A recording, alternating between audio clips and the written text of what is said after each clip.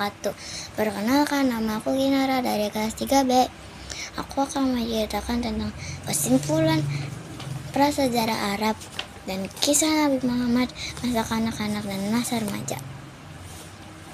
Teman-teman, kalian tahu nggak kenapa Jazirah Arab disebut Jazirah Arab? Kalau kalian nggak tahu, aku jelasin deh. Disebut Jazirah Arab karena wilayah tersebut dihuni oleh mayoritas bangsa Arab. Dan serem banget tuh teman-teman, karena semua anak perempuan dibunuh pas dilahirkan langsung dibunuh. Dan kalau jika dibunuh, dia dijadikan budak. Kalian tahu budak apa? Dia jadi pembantu tapi nggak dibayar. Dan sedangkan anak laki-laki bebas, tidak diapa-apakan atau tidak dibunuh ya teman-teman. Oke teman-teman, nah kan tadi ceritanya yang serem. Sekarang aku mau cerita tentang kisah Nabi Muhammad masa kanak-kanak. Nah, setelah 4 tahun diasuh oleh Halimah, Nabi Muhammad pun dikembalikan kepada ibundanya yang bernama Siti Aminah.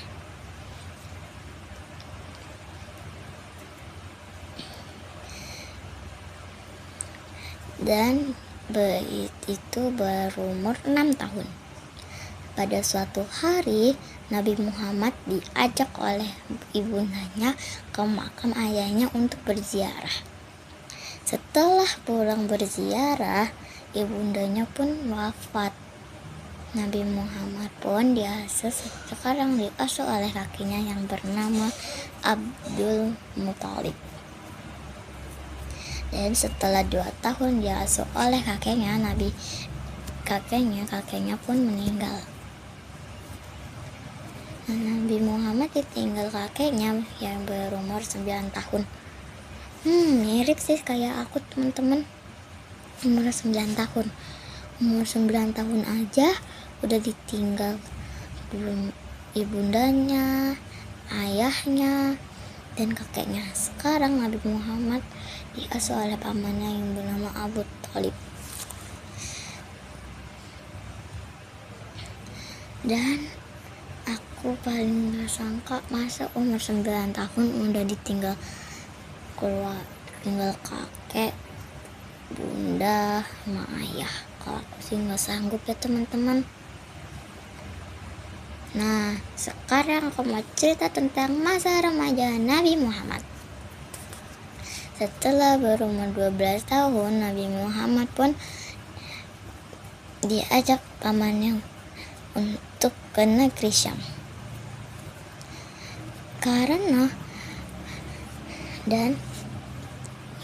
Ke negeri Syam itu melewati padang pasir yang sangat panas. Mataharinya juga terik banget. Tapi anehnya, Nabi Muhammad dan rombongannya tidak merasa kepanasan sama sekali. Dan ternyata ada segumpal awan yang melindungi mereka. Jadi setiap mereka berhenti, awannya pun berhenti juga dan melindungi mereka. Dan itu ternyata pendeta Bukhari melihat kejadian itu.